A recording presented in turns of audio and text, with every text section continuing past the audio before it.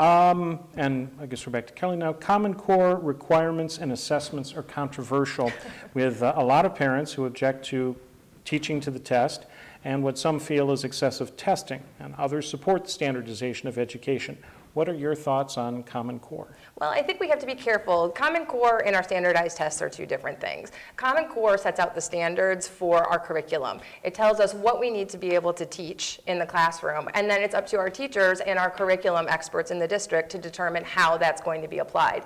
Common Core, while there is much controversy over it, I believe that it gives our teachers a roadmap to be able to say, these are the things, milestones I need to hit, but I'm going to have the freedom in my classroom to apply Common Core standards through project-based learning. And we're seeing that happen in Fairview Park. I know my daughter's second grade teacher is amazing at doing that, and so many of our other Fairview Park teachers are.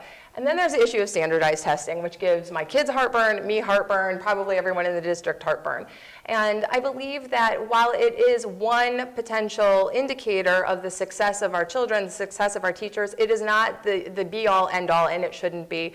We talk, I work in the environmental arena, and we talk about the health of water, and that we need many different tests to be able to say how clean our water is. If we took one test, we would never know, if it's truly clean. And that's the way it is with our kids. One test isn't going to tell us everything we need to know about the performance of our teachers and what our kids are learning. So, I think that we have to have it in the mix, but it should not be the only way that we assess academic performance and the performance of our teachers. And I hope as a district we find other ways besides standardized testing to do so.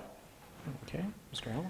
When we're talking about Common Core, I really struggle with the Common Core. I like the example of it providing a roadmap, especially for the low-performing schools, to have a platform where they can raise their standards and really provide a better education for the students in those districts.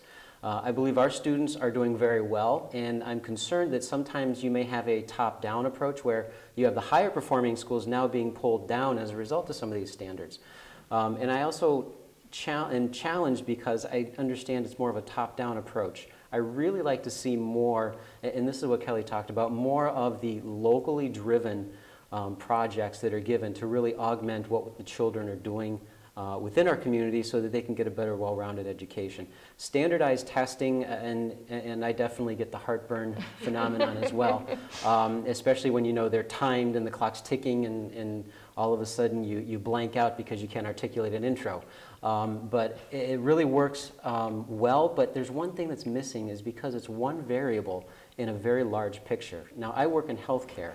So if I approach a patient with an illness and I look at one thing and say that's what you have, I'm going to miss the big picture. And we're going to lose an opportunity to really graduate high-performing, socially responsible, creative, compassionate students that have a competitive edge in the region. Okay. Any follow-up? No, good answer.